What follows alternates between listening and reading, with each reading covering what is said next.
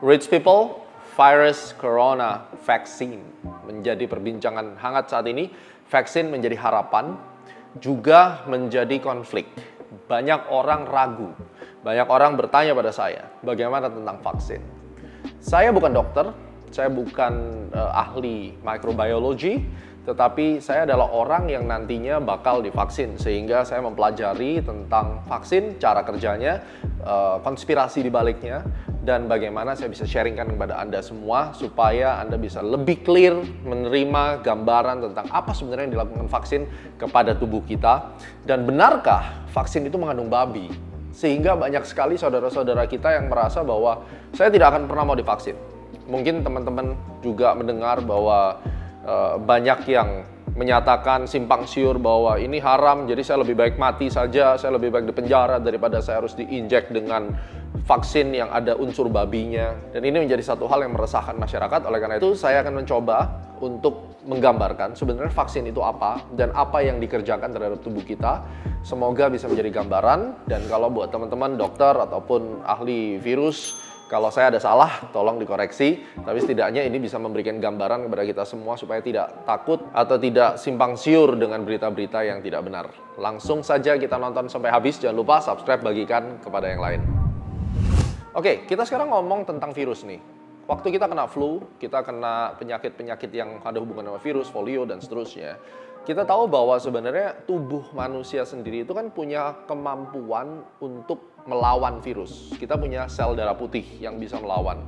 Nah, sebenarnya topik bahasan vaksin kali ini kita akan bahas dari istilah-istilah yang mungkin Anda bisa catat ya. Tapi segala sesuatu itu dimulai dari bercerita tentang imunitas tubuh kita sendiri. Tubuh manusia itu sebenarnya ada konsep imun ya. Imun itu daya tahan yang memiliki memori kayak otak. Ini yang harus kita ketahui, bahwa pada saat otak kita mengingat sesuatu itu tersimpan di memori jangka panjang dan memori jangka pendek. Demikian juga dengan imun tubuh. Sehingga imun tubuh kita itu pada saat dia terjangkit sebuah virus baru, ya, dia belum akan mengeluarkan antibodi. Kenapa? Karena dia belum ada memori. Nah, kalau Anda mempelajari tentang imun, di dalam tubuh manusia itu secara singkat ada 3 hal. Yang pertama adalah antibodi itu sendiri, ya. Yang antibodi ini, yang kalau tidak salah, kalau salah tolong dikoreksi, itu diproduksi oleh B cell, ya. Terus kemudian kita ada yang namanya T cell. Nah, T cell ini ada killer T cell, ada helper T cell. Jadi secara singkat kita punya T cell killer, T cell helper, dan antibodi. Problemnya, apabila kita menghadapi sebuah jenis virus baru yang belum dikenal oleh tubuh, maka sel kita itu akan terjangkit oleh virus baru dan tidak ada perlawanan. Nah, sebenarnya kita ini sekarang sedang mencoba untuk meneliti sebenarnya imun tubuh kita itu merespon bagaimana sih terhadap COVID. Jadi orang yang udah terjangkit COVID, makanya dia kenapa nggak boleh dapat vaksin? Karena tubuh dia sendiri sudah memproduksi antibodi ya terhadap vaksin tersebut. Imun memorinya sudah mencatat bahwa ini orang sudah pernah kena COVID, sehingga nantinya pada saat ada virus baru masuk ke dalam selnya, dia akan melawan. Oleh karena itu, orang yang terkena COVID, antibodinya itu bisa memiliki memori imun kurang lebih 6-8 bulan. Ya, itu berdasarkan penelitian. Jadi artinya kalau hari ini saya kena COVID nih, berarti dalam waktu 6 bulan lagi, tubuh saya itu imun terhadap COVID. Oke? Nah, bagaimana vaksin itu bekerja? Ini yang menarik. Konsep dasar vaksin itu bekerja adalah memberitahu badan kita bahwa, tubuh lu tuh udah kena COVID bohongan. Jadi kita mencoba untuk nge-cheat antibodi kita supaya mengeluarkan B cells yang bisa memproteksi atau menjadi antibodi atas virus yang akan masuk ini. Itu konsep daripada vaksin. Nah, sekarang vaksin yang beredar itu ada 3 jenis. Ini yang Anda perlu tahu ya, 3 jenis. Silakan dicatat. Jadi 3 jenis ini memiliki teknologi yang berbeda-beda dan produsennya berbeda-beda. Yang pertama nih, kategori pertama, vaksin yang dikeluarkan oleh Moderna dan Pfizer. Ya, Moderna dan Pfizer ini menggunakan teknologi yang disebut dengan messenger RNA. Wow, apa itu? Catat ya, mRNA. Nah, mRNA ini, RNA itu adalah produksi daripada DNA. DNA ya kita hidup, blueprint daripada kita, ya rancangan daripada manusia itu adalah DNA. DNA menciptakan duplikasinya yang kita sebut dengan RNA. Oke? Nah, RNA ini di dalamnya RNA itu ada satu elemen yang namanya ribosom. Ya, ribosom itu tujuannya adalah membuat si RNA ini mengeluarkan protein itu dari situ.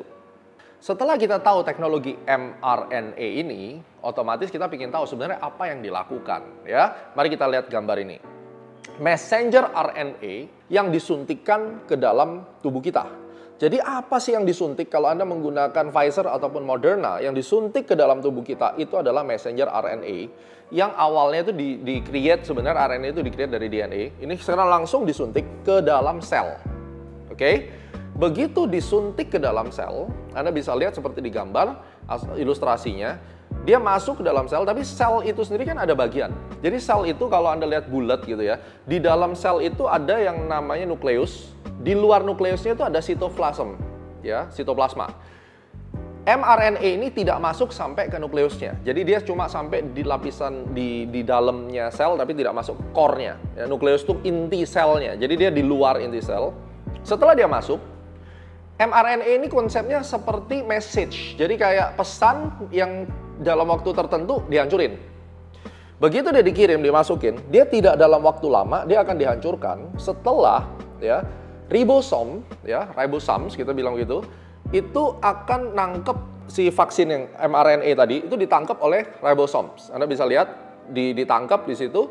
Setelah ditangkap oleh ribosomes, mRNA tadi mengeluarkan spike protein, menciptakan protein. Nah, kita berhenti sampai sini dulu. Anda harus tahu bahwa COVID itu struktur daripada virusnya. Ada ujung-ujung gerigi yang Anda lihat, itu ternyata adalah spike protein. Nah, ini yang penting. Tubuh kita akhirnya harus dirangsang dengan menggunakan mRNA untuk memproduksi spike protein tadi. Tangkap ya, logiknya ya. Ketika mRNA masuk ke dalam sitoplasma, diambil, diselimuti, ditangkap oleh ribosomes, dia dipaksa untuk meng-create yang namanya spike protein. Spike protein tadi akhirnya keluar dan dia bertengger di luar badan sel tadi. Nah, ini penting. Ketika virusnya ini nanti masuk, dia akan tahu, wah ini ada sama-sama nih sejenis. Ketika ada protein yang nempel di sel, ini akan dianggap sebagai virus. Jadi ngebohongin sistem kerja tubuh kita bahwa ada protein yang nempel di sel. Ketika ini benar-benar nempel di sel ini, antibodi kita keluar. Karena dianggap ini adalah virus daripada COVID. Begitu antibodinya keluar, menyelimuti dia punya protein, maka tubuh kita sudah sadar bahwa kalau ada yang sejenis, ini antibodinya akan menyerang. Ingat, ini bicara tentang immune memory. Tubuh kita itu tidak terdidik, tidak terbiasa dengan virus baru.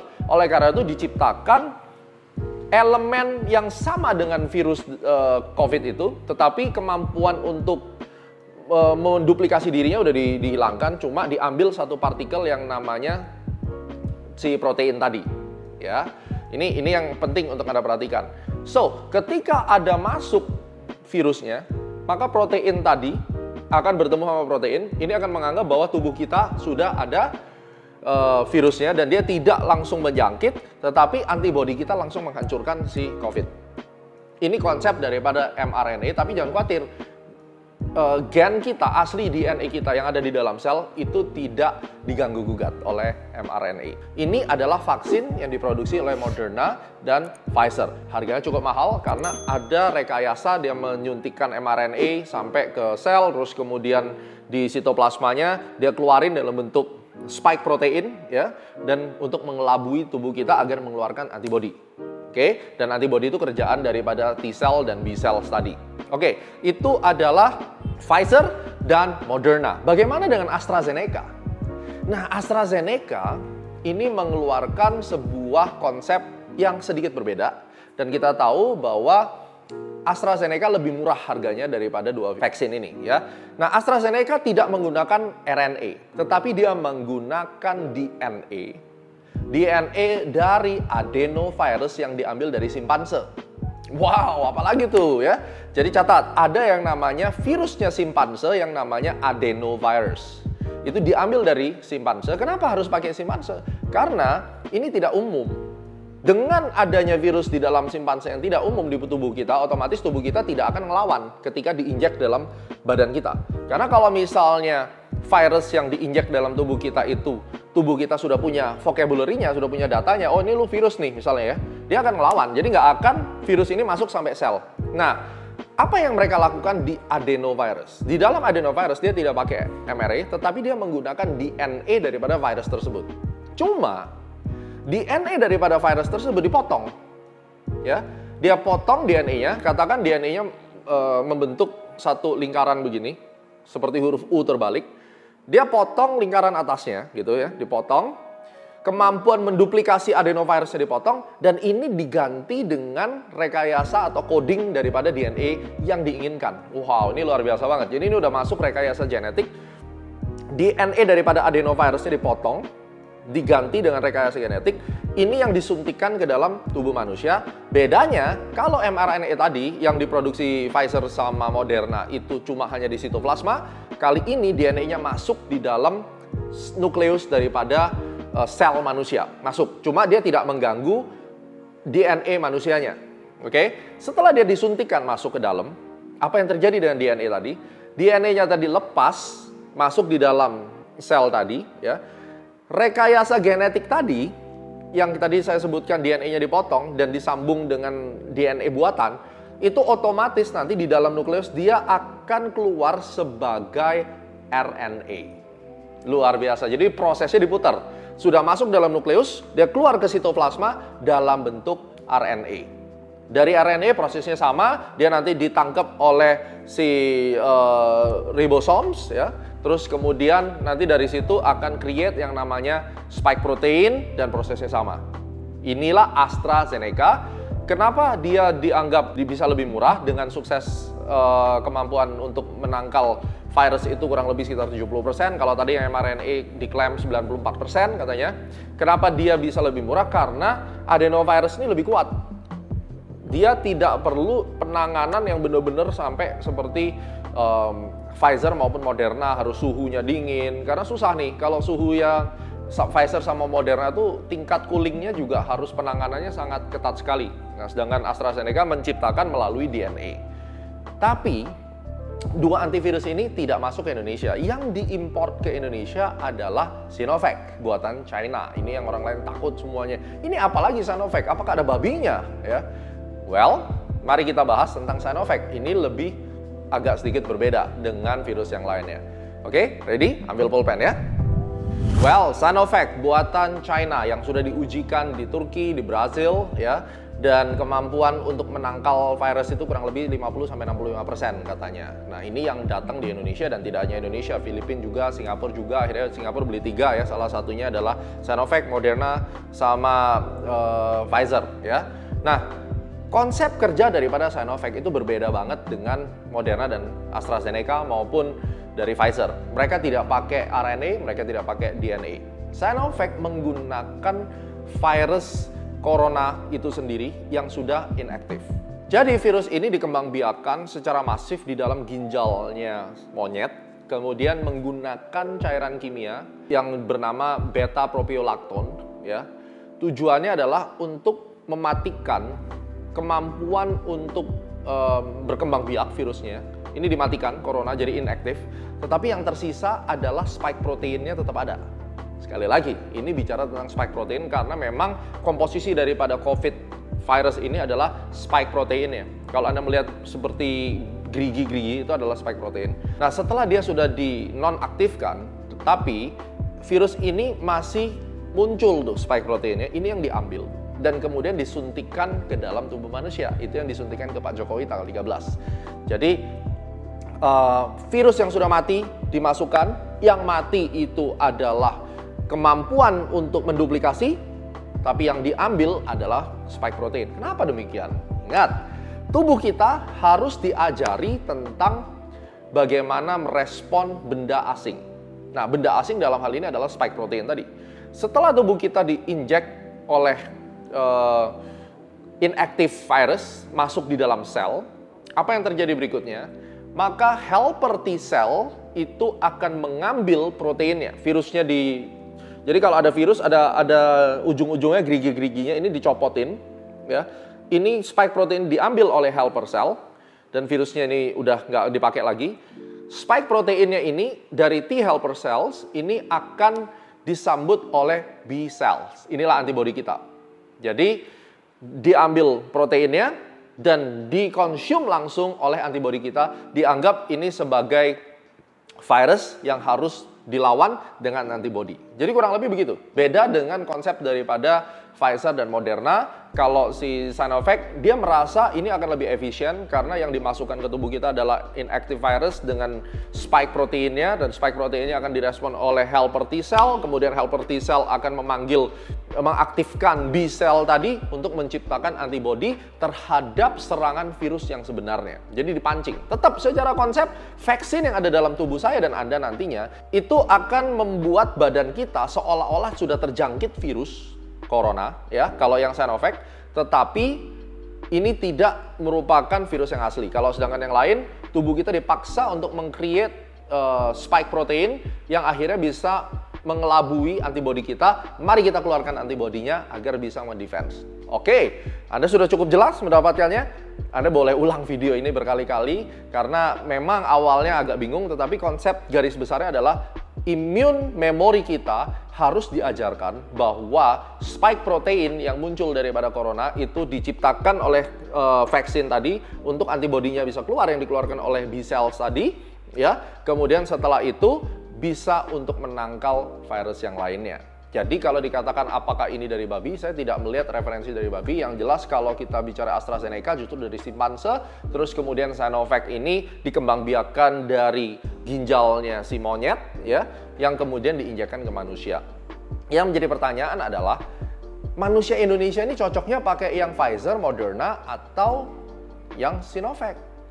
Saya minta pemerintah harus lebih terbuka mengedukasi masyarakat untuk bisa meneliti lebih lanjut. Jangan sampai kayak Pfizer, ya, di Norway ada 23 orang atau 29 kalau tidak salah yang usianya lanjut kena alergi dan meninggal.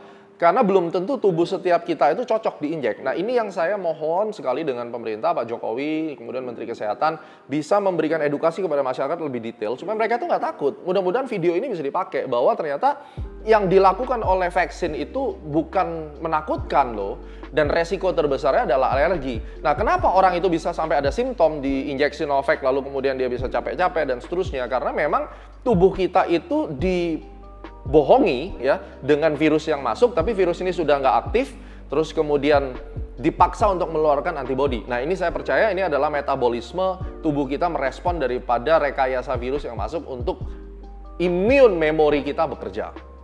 Jadi satu, pesan saya, semoga masyarakat teredukasi, tidak simpang siur lagi. Anda bisa cari referensi dari internet, dari YouTube, sangat jelas sekali tentang ini. Dan pemerintah lebih mengedukasi vaksin apa yang cocok. Dan kalau bisa, seperti Singapura lah, ada pilihan gitu, ya. Dan jelas apakah Moderna, Pfizer, AstraZeneca, ataupun Sinovac. Oke? Nah, semoga Anda bisa lebih tercerahkan, dan nanti ke depannya mungkin saya akan membahas tentang saham-saham daripada pencipta vaksin ini. Pastinya lebih menarik. Bagikan buat yang lain, dan mudah-mudahan vaksin bisa bekerja dan baik, dan kita kembali ke dalam kehidupan semula. Jangan lupa tetap menerapkan protokol kesehatan, karena vaksin tidak menjamin 100% tubuh kita bisa menangkal virus corona, apalagi kalau terjadi mutasi pada virusnya. Tetap sehat, tetap semangat, tetap make money bersama Astronaci.